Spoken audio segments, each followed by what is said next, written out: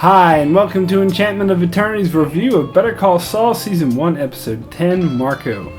So, to start off, I'll admit something. I do believe I will like this episode better later on when I rewatch the series, and upon first viewing, I wasn't able to appreciate it that much. Reason being is that my expectations for this episode were far too high or different than what we actually got, and this episode did not at all meet my expectations.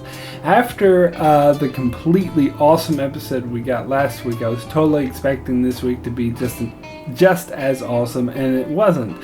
Also, I was hoping this would be the episode that explains how Saul gets involved in the criminal underworld, and that it would finally tie Mike's storyline with his new protection job back into Saul's storyline. But instead, we got an episode that Nacho wasn't in at all, Mike was barely in it, and pretty much the entire thing takes place in Illinois, involving a character from Saul's past, Marco. To be perfectly honest, I'm not at all invested in that character nor Saul's past. But I say, that I know that eventually I'll come to appreciate this episode on a rewatch, because I know what it is now, and I won't have these expectations that it will be something that it's not. Because this episode does serve a specific narrative purpose that fits into the season and will probably further the rest of the series. That being said, expectations or not, I found a lot of scenes with Saul running scams with Marco rather boring. And in fact, in many points throughout the episode, I was tempted to just skip ahead to later scenes. In essence, I was getting really itchy and was hoping that they'd go somewhere with this, because we know that Saul doesn't move back to Illinois and become Slipping Jimmy again. So I found this episode a tad bit frustrating and wasting my time setting up a storyline I knew would not come to pass. However, it does all pay off at the end, and the end does make the time we spent with Saul running scams with Marco worthwhile. In part, I kept expecting Saul and Marco to get caught or something bad to happen to them because of all the scams they run, but nothing does. And in fact, that makes a lot more sense to the overall narrative, because it gives Saul positive feelings about this kind of behavior. In fact, Saul is much happier in this lifestyle than he was trying to be like his brother. So when Marco dies, he says the last 2 weeks were the best weeks of his life, which I think will have a huge impact on Saul going forward.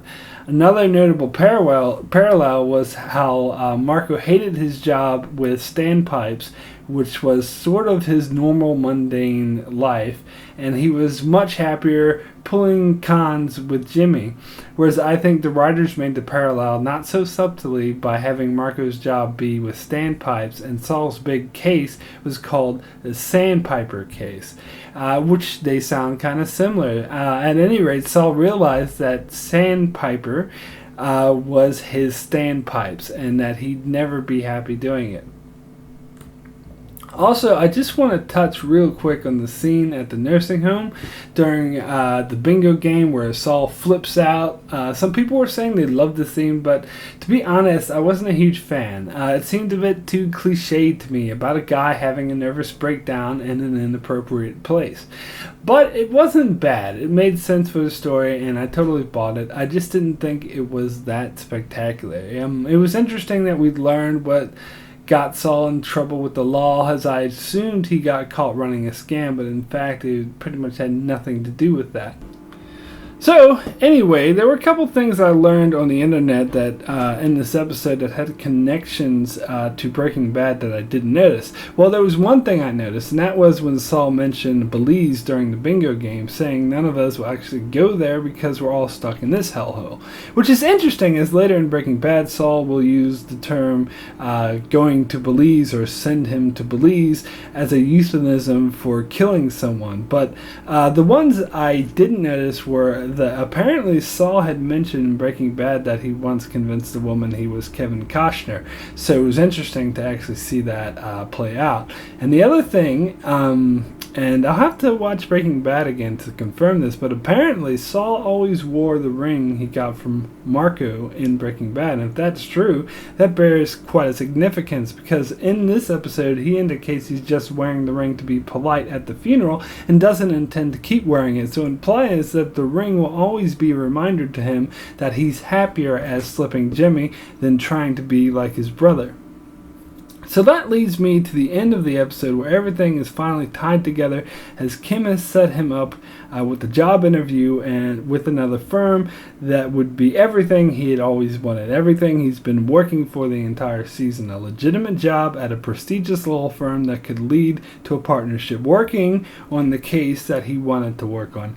And although he had every intention of going for that job, he looked at that ring and he realized that he was much happier as slipping Jimmy than he is trying to be like his brother. And since his brother so drastically betrayed him, he no longer felt the need to try to be like him or try to make him happy, so he no longer cared what his brother thought. And this brings me back to what I said last week about how the fact that James McGill becomes Saul Goodman is all Chuck's fault, because if Chuck actually believed in Jimmy and backed him up and supported his career path as a lawyer, then in all likelihood Saul would have took the job at the law firm. And as I said, throughout the season he had consistently proven himself to be a good lawyer, so he would have excelled and been just as successful as Chuck, maybe. But because Chuck didn't support him and told him that he'd always be slipping Jimmy, that forced Saul to believe it. Because even if in Saul's mind, even if he's mad at Chuck, he still takes whatever his brother says to heart. So finally, we end the episode with Saul talking to Mike, asking him why didn't they keep the money. And Mike's response was that he was paid to do a job, so he did it. So it's kind of like Mike's sense of duty that he described in the previous episode, that just because you're a criminal doesn't mean you're a bad person. And it's obvious Mike lives by that, by a code. Plus, I think if Mike took that money, he wouldn't be able to just stay in Albuquerque without raising some questions. And he's tethered to Albuquerque because of his granddaughter. But for Saul, he said he knows exactly what stopped him from taking the money and that he would never stop him again. And thus, Saul Goodman is born. So it does really bring the season full circle and resolves this particular storyline. I'm hoping that this conversation will inspire Mike to work for Saul again in the future, and perhaps Mike is the one to introduce Saul into the criminal underworld.